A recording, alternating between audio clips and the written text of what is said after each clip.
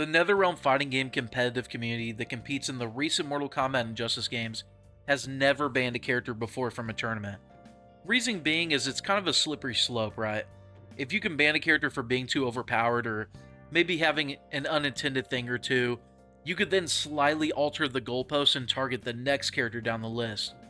So instead of getting into that sticky situation, most fighting game communities, including NRS, have decided to just leave things up to the developers. If they put something in the game, as long as it's not an accidental infinite combo that's, only there for a few days, they let it rock.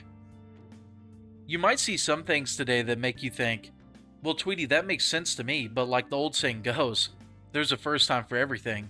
Because Homelander in its current state is not fully finished and in some ways, not okay for the balance of the game. Full disclaimer, I am not attending EVO 2024, so if you're getting ready to assume that, well, Tweedy, I've seen you play a lot of Homelander yourself, I don't know if your opinion is unbiased since you have skin in the game. I do play Homelander, but since I'm not going to the tournament, and he'll be fixed by the time I compete, I have no biases in this discussion. Now, believe it or not, if you've been out of the loop with Mortal Kombat 1, Homelander is actually in a nerf state right now. He released with his hurtbox and camera walkiness being worse than it is now, with an insane block infinite that wasn't even armorable in the corner, and without needing to spend meter on his combos, leading to 40% plus meterless without help from a cameo. They did fix his combos, they fixed that block infinite in the corner, they also did fix his hurtbox and camera weirdness somewhat. The improvements are there for sure as someone who's played him and played against him, but they're clearly not enough because stuff like this still happens.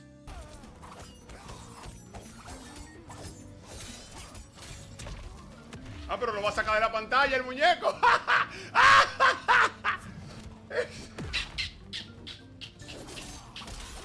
Ah, pero lo sacó de la pantalla. Anda mal día.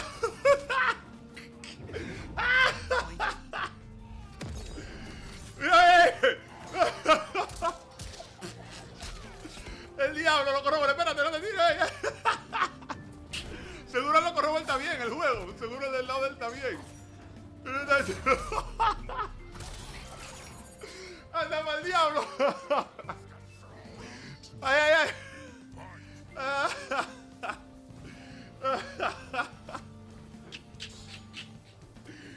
Anda mal diablo, compadre.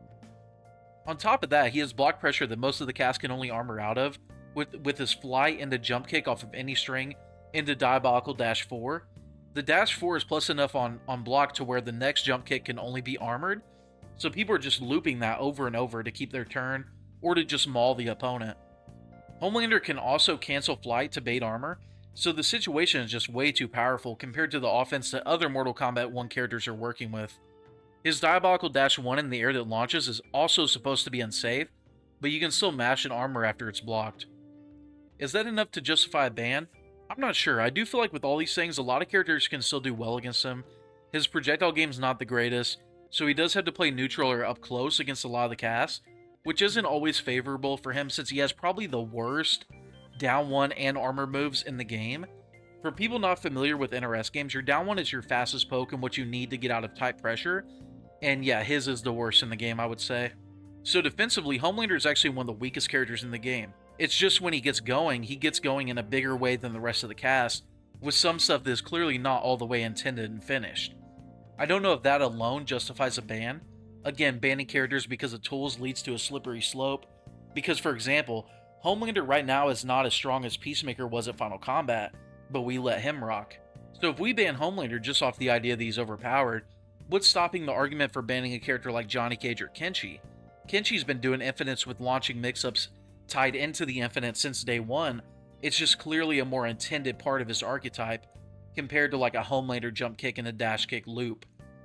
But if we ban Homelander because of that, that slippery slope will begin and those characters will start getting talked about too, like Kenshi. Now the real reason to ban Homelander is what I'm going to get into now, in my opinion. And it's what I showed earlier, the camera. Something like that happening on the big EVO stage where this game finally has a chance to not look like shit at a competitive level would be an absolute disaster. Mortal Kombat 1, despite being a fun game in my opinion, and in a lot of people's opinion, has had an issue so far with the meta characters being insanely prominent and not fun to watch, making tournaments kind of miserable. Raiden Cyrax or other Cyrax teams were the thing early in the game, or Kung Lao cameo low hat spam. And then after that stuff got nerfed, we got the Johnny and Peacemaker show at Final Combat. With those things being nerfed, EVO feels like the chance to finally showcase all the potential hype and flavor Mortal Kombat 1 has to offer on a big scale. Even though I play Homelander, I don't want that potential to be ruined by him doing jump kick, dash kick loops, and then making the camera go out of focus. Even if that happens in just one set out on the EVO stage, that will be the story of MK1 at that event, and that's the biggest event. Now you might say, well, Tweedy, EVO's 2 weeks away, can't NRS just fix it? That would be the best outcome, right? They fix Homelander's problems, and, due to him having a cool playstyle, he'll actually be a benefit to the game at EVO instead of a possible disaster. But with how slow NRS has been to fix problems in Mortal Kombat 1, the doubt the community has right now is pretty justified. So do I think Homelander should be banned? I'm going to be completely real. Since this latest Mortal Kombat 1 patch, I've been mostly on Elden Ring Shadow of the Erdtree DLC, so I don't know how common this Homelander camera stuff is that I showed in that clip. If stuff like that is happening more than once in a blue moon, I feel like we almost need to ban him for the sake of the game. So I'll leave the opinions to the players that have been grinding the game more than I have.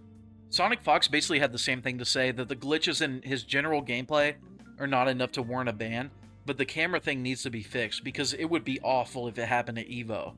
Most people honestly just appeal to authority on what Sonic Fox says when it comes to Mortal Kombat and Injustice, which I don't agree with doing that.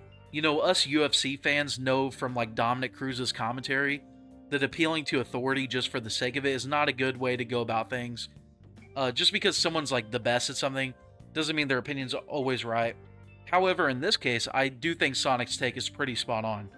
Many others, though, are advocating for a ban overall because of his jump kick loop, safe move that should be unsafe, camera issues, and more. Let me know what you think in the comments down below.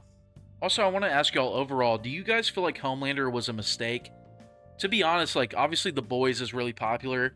I think I read something somewhere saying that it has better ratings than all the Marvel shows they pushed out, besides, maybe WandaVision had better ratings, but besides that, The Boys has been killing it, so it makes sense as far as, them making money, right?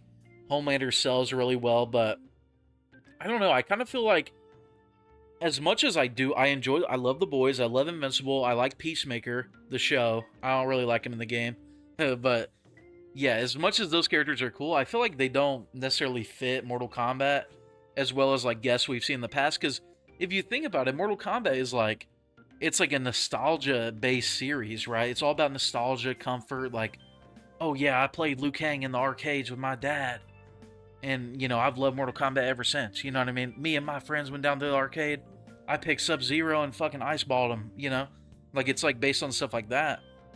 So making the guest characters from a new era, which I guess lines up, right? Because the whole game is about the new era, but it just doesn't make sense to me because I feel like if you're gonna go with a guest, you want to go with something that's either 90s. 90s is perfect, right? Because that's when Mortal Kombat was hitting, or the 80s even, because people who play Mortal Kombat, they also were alive then, most of them,